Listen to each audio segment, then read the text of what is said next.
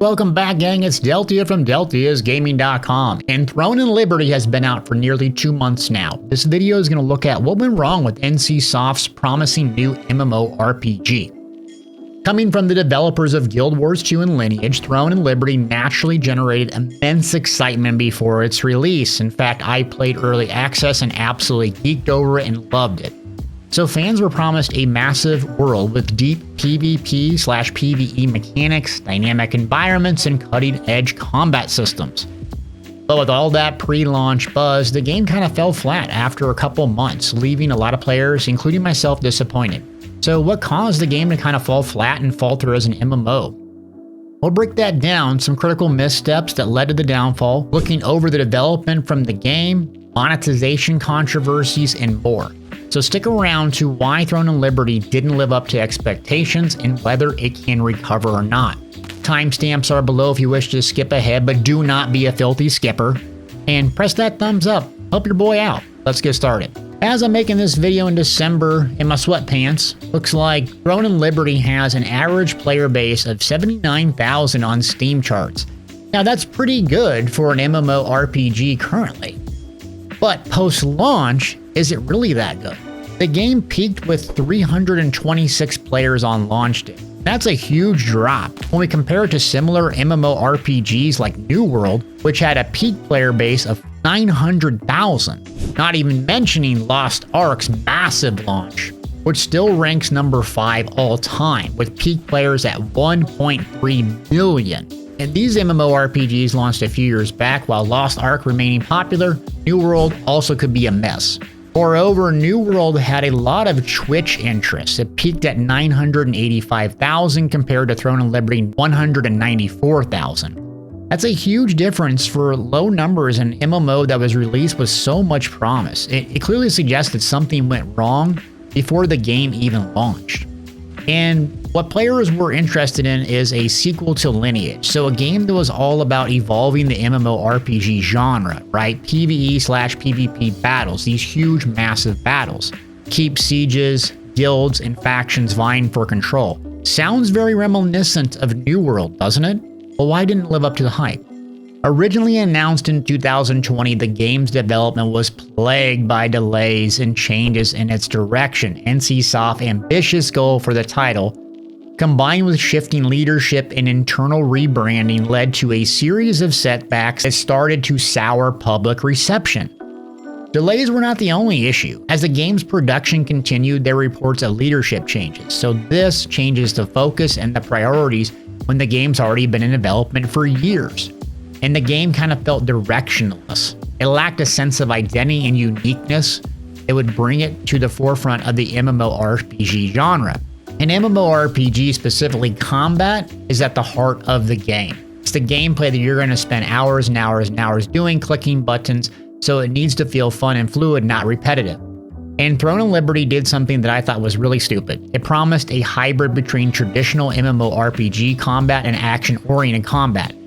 Me personally, I don't think you can hybridize this. You need to pick one or the other. The World of Warcraft, the Final Fantasy fans, they want a tab target 1.5 to 2 second global cooldown with 30-minute long cooldowns on their abilities. That's what they're used to. Elder Scrolls Online, New World fans, we're going to want action-oriented combat. We want to dodge, we want to block, we want to sprint, we want to jump, we want to fly even. But picking something in between is the death row, in my opinion, of the combat system in Throne and Liberty, because it never felt fully fleshed out.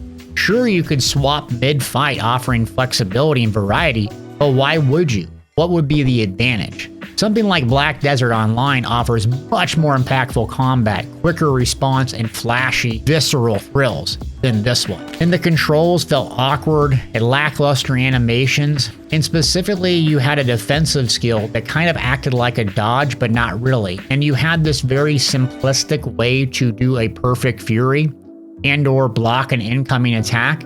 And yeah, it was kind of fun to get that the first couple times at the purple circles coming down, but then it felt very repetitive and just kind of annoying to do rather than fun and a really core part of your combat experience. And then the group management was also terribly managed, so especially in larger scale battles. So the game's focused on large scale PvP, but it's very difficult for healers to target players out of their party.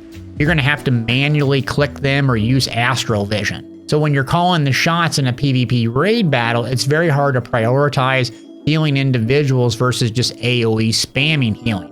The targeting mechanics had this major flaw. It was hard to tab target your own party members and or target the right person in large-scale PvP encounters where you're trying to balance the tab targeting versus the point and clicking versus the action-oriented system. It just made a clunky system where you're trying to balance between both instead of just picking one. So an example of some of this clunky mechanics, if you're going to cast and your target goes out of range, sometimes you're stuck while casting and you're prevented using other abilities. So to fix this, you gotta dodge roll or use some defensive ability, which gets you killed when you're in the middle of a PvP fight. There's no buffer range for casted abilities if your opponent moves slightly out of range. This is a basic mechanic seen in other MMORPGs, but for some reason it's just not here. There's also a serious issue with health management in PvP arenas. If you don't automatically heal up when entering the arena with low health, you can start the match at a disadvantage if you're not at full health, so make sure you check before you go hand. It doesn't just fill you up and top you off automatically. And compared to other MMORPGs, the movement feels incredibly clunky. In Throne of Liberty, your character cannot move mid-air while jumping, which makes combat feel super clunky and restrictive. Another thing is auto-attacking reduces movement speed, making it difficult for melee players to stay on top of their targets. So a lot of times you just have very limited time on target, pigeonholing you into using the same combination of weapons that everyone else is, playing at range, pew pew pew. Combine that with melee attack range being half of what it is in other MMORPGs, and the combat feels frustrating, particularly when you're factoring ping and issues with movements that doesn't let you follow the target properly. Hence why everyone's going to just sit there and play a crossbow or a longbow, and I don't want to play a Legolas ripoff. And attack range is another sore spot. Throne of Liberty melee characters must be close to their targets to land hits, and the auto-attacking mechanics are so flawed, making it even hardcore for melee players to engage in PvP. A lot of AoE abilities feel like they should be cast without a target, but that isn't the case. Almost every mobility ability causes the player to get stuck on the smallest rock or the slight terrain elevation. If you're having a bad day and want to jump into PvP, this is the last game you want to play. Crowd control has a lot of RNG in its design, especially in 1v1s where you can lose simply because your stun or your CC ability didn't land. The lack of control can be incredibly frustrating for players, especially for new ones who enjoy smaller scale or skill-based PvP encounters. And let's not forget bugs and inconsistency in the game's mechanics, creating additional layers of frustration for players. You got the Grappling Hook system. It's clunky, it's inconsistent, and leaves players stuck in an animation, especially during critical encounters. It's basically the opposite of the First Ascendant. The First Ascendant grapple feels fluid, smooth. Mechanics and bosses are designed to just zoom around them and use this grapple to jump on top, rip off different parts of their armor to expose them and stun them. With Throne of Liberty, you're like, why do they have a grapple in just a couple areas in the open world game and that flings you off into this area? It's just weird, and there's not enough use for it. It's just not fluid. So yeah, you have a few jumping puzzles and mechanics, but the grapple and flight is just eh. That's it. Generally, movement worldwide and travel is just buggy, especially in bumpy terrain. You get stuck constantly, you desync back and forth, you can't jump, you collide with trees, and you get the point. One of the things fans were really excited about with this giant sky whale, it looked amazing seeing hundreds of players hanging out on it. But the whale only comes out every 3 hours, so it's only you can enjoy it a few times a day. And this is another core thing about Throne of Liberty that is bizarre, stupid, and I cannot stand it, is that much of the content in the game, whether it's weekly bosses, whether it's the stupid whale I can't pronounce, or it's PvP, is time-gated. Meaning, at 6 p.m. on a Friday, this one boss comes out that has the best gear. Okay, well, what if I have a job? What if I have a relationship? What if I have a friend? That's not likely. But in all seriousness, you're going to determine when I have to be online, when I have to play in order to get the best gear or beat these specific bosses or PvE or PvP encounters? That makes no sense for me. I want freedom to jump on and play when I want. Now, if players want to get together and schedule a raid at a specific time, then hey, that's fine. We're giving you 3 or 4 different options. Maybe that's a little bit of a compromise. But these very narrow windows of time made it feel like New World, which was a huge turnoff. no mom, I'm not going to be on from 6 to 8 to go do your PvP raid. I have, a life. It's actually not true at all. I have no life. But if I did, it would bug me. Moving on to Throne and Liberty's take on classes. So rather than picking a class, you pick their weapon of choice, filling out listed abilities. So the obvious downside of this is that progression becomes harder the more you want to experience. Different weapon users will find different types of armor and weapon combinations useful. So you'll have 2 weapons, one on your front bar and one on your back bar. But unlike Elder Scrolls Online and New World, it didn't really feel like you needed to bar swap at all. You just kind of put a back bar weapon on to get different skills and passives, and it really didn't feel like there was a huge need to bar swap. And then the progression system within the game was bizarrely complex. So you had to upgrade your gear, you had to upgrade your skills, you had to change traits, you had to manage what seemed like 20 different currencies. So you kind of felt vulnerable, and if you made a mistake, it was really punishing. Especially if you upgraded some noob skill you didn't think was very good, then you'd be like, wow, I just wasted mats that took me 15 hours to get on some noob skill I will never use. And then usually it's an Alt F4, I'm out. And another thing was the leveling process and the campaign. So it felt very similar to Lost Ark, but it really slowed down. And this game took me about 35 hours, I think, to do the main campaign the second time.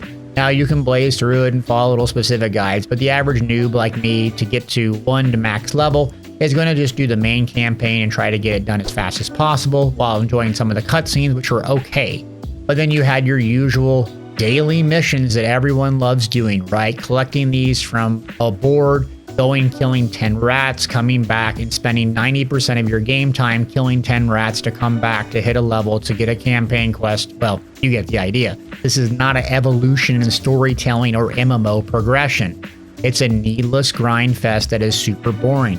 Why should I spend 30 hours doing main story quests that I want nothing to do with just so I can reach endgame and then let the fun begin in doing PvE or PvP encounters? The UI was really helpful though, actually, for going around and finding out what to do next. But there's these stagnant points where, let's say you need to be level 32 to do the main campaign, but you're level 28. And then the player goes, well, what do I do? Well, the game revolves around daily contracts, like I said, but a lot of times you could do 6 of them or so and you wouldn't even sniff a level. So then you wonder, well, what to do? And a lot of the content was gated by a 24-hour cycle, or it was timed, so you couldn't progress any further, which seems very bizarre. If a player has 18 hours in the day to no life the game, let them advance. You get really frustrated sometimes while you're leveling because you're off 1 or 2 levels only to complete all your dailies and then wondering what to do. So then you have to go in the open world, go back to another zone you don't want to belong in, and spend 90% of your game time, you guessed it, doing things that you don't want to do to make progress so you can possibly do fun things later on. And don't get me started on guilds, because guilds were amazing only if you're a sweat lord no-lifing the game. In fact, the game, and MMOs in general, all about socializing and playing with other players. Now, this game is very similar to New World in that your guild can control territories and keeps and so on. The issue is that there's this huge expectation for you to play all the time in these guilds with a limited amount of players. And they'll form these mega guild alliances and absolutely nuke everybody on the server who's not no-lifing the game. Developers always think with these games that, oh, we're going to give player control and it's going to be great. Well, yeah, it sounds wonderful, but what actually happens in reality? What happens in reality is you get a group of 70 sweatlords that no-life the game and ruin it for every single person on the server that's not in that guild. And then guess what happens? Everyone leaves that server. The servers are not combined. So what do the sweaty sweatlords do? They need something to kill and brag about how great they are, so they hop to another server, only to slay a bunch of lambs and repeat the process over and over again, making these servers desolate wastelands, players logging out and quitting. Yes, it's okay to win. Yes, sometimes it sucks to lose. But what you don't want to have is someone that has such a high competitive advantage over you because they play constantly that there's literally no way for you to be competitive. That's when you Alt F4 in a PvP heavy game uninstall. And that's exactly what happened to a lot of players in Throne of Liberty. The guild incentives were great if you played all day, every day. You didn't, this game is going to be punishing for you. And when the guilds that play all day, every day, log into your server deliberately to ruin your fun in PvP, you'll ask yourself, why in the hell am I playing this game? And then you'll be like, yeah, I'm not going to. Uninstall. I'm not salty or bitter or anything. Now let's tackle the biggest elephant in the room. Throne and Liberty is a quote unquote free-to-play game. But I think we all know what free-to-play means, right? It's anything but free. And you can expect heavy microtransactions. So as you can imagine, a lot of us played the beta. We played closed, we played open beta, and we gave Amazon and NCSoft tons of feedback and said, look, this game has some potential, but please, for the love of the maker, do not put in a marketplace where you can straight up buy items from other players. Why? Because that's the definition of pay to win. So if I can just buy power in MMORPG, then what's the point of playing and grinding when someone can just catapult ahead of me because of a credit card? I'm not jealous of their wealth or anything. A lot of jealousy in this video. Now, it's not as extreme pay to win as, say, Black Desert Online. It's free to play and you can earn and progress just by simply playing the game. But you have the stupid loot mechanics where it's all RNG based and you can just buy stuff from the auction house. You can buy these upgrade systems like Growstones. So it's tied to an RNG based progression model. And how you know it's rigged is this. The developer creates a system that frustrates you intentionally, then sells you the solution. Shocker, an RNG based progress model similar to Lost Ark, where if you fail, you just wasted hours and hours of your time, but if you swipe a credit card, you can bypass this. It's going to incentivize people to, you guessed it, spend and spend and spend. Now, I'm not daddy morality over here telling you what to do with your money. Actually, I am kind of that. But in all seriousness, some people have problems with gambling, they have problems with spending money in games, and I myself have went down this road before with like loot crates. And next thing you know, I looked at how much money I spent, and I spent like $1,000, and I'm like, oh boy, I got a problem. Because it doesn't feel real when you're in the video game until you start looking at your bank account, and I think some of us can relate to this. No, I'm not policing video games and saying you should take this system out, but it's a slippery slope for a lot of players when you can bypass hours of needless, stupid grinding because you can't stand killing 10 more rats who are likely to do it. And they take advantage of you and take advantage of the system. So you diminish competitive gameplay, and then you create resentments in the community because you're like, X, Y, and Z player, they just bought all their gear. And maybe they did, maybe they didn't. Maybe they just earned it and they're better than you. I mean, I know every time I die in a PvP game, it's because someone, it's because someone is like no-lifing the game or has nothing better to do or they bought all their gear. It couldn't be that I'm just bad at the game, right? But in all seriousness, you're just always guessing, this person paid for their gear, this person did this. And you're resenting each other as a player and you don't even know about each other. And it's too bad because this game has great world building, graphics, visuals, and the cool mounts were really interesting and unique. But at the end of the day, Throne and Liberty didn't really offer anything new. It had the same old tried and true garbage microtransaction system. You could buy crap from the marketplace. It was stuck between hybrid tab target and action base, which was bizarre. It had the goofy guild system, which, you guessed it, play over and over and over all day, every day and dominate the server. And then you go crush everyone else on different servers just to basically ruin the game for everybody. Interesting. It felt like an undercooked New World, if I'm just being honest. Now, New World, in my opinion, is a much better game. The reason why is it's action-based, but it suffers from the same problems. So you have the same issues with guilds and competitive balance. And then you have the same issues with servers and being a wasteland and this time-gated content. Both of these games suffer from the same thing, but it's interesting that New World almost hit 1 million players at launch, and Throne and Liberty didn't even get anywhere close, especially when you factor in the Twitch numbers. I think a lot of us saw this coming ahead of time, and I was super pumped for the game because I absolutely loved the beta. And maybe I did because it was just new and it was different. But if I actually sit back and analyze this game, what did it offer on the marketplace that wasn't already there? Can Throne and Liberty recover? Is it possible? It's possible that it can be saved. You're going to have to deal with a lot of the combat bugs, the poor movement, the botting, the guild mechanisms. But ultimately what holds it back from recovery, in my opinion, is there's nothing groundbreaking or interesting about this MMORPG. If you're playing MMORPGs, Final Fantasy, World of Warcraft, Elder Scrolls Online, New World, and so on, you probably have a group of people that you already play with and enjoy. And after the initial thrill of jumping into a new MMORPG and reaching endgame, getting a bunch of bright, shiny gear, you're going to ask yourself, what is the one thing that makes this game unique, interesting, and worth my time? And in my opinion, Throne and Liberty doesn't have that. So, do me a big favor, hit that thumbs up if you got something out of this, if I saved you hundreds of hours. Or if you completely disagree and think I'm an idiot, leave me a comment. I love reading those. Thanks for watching.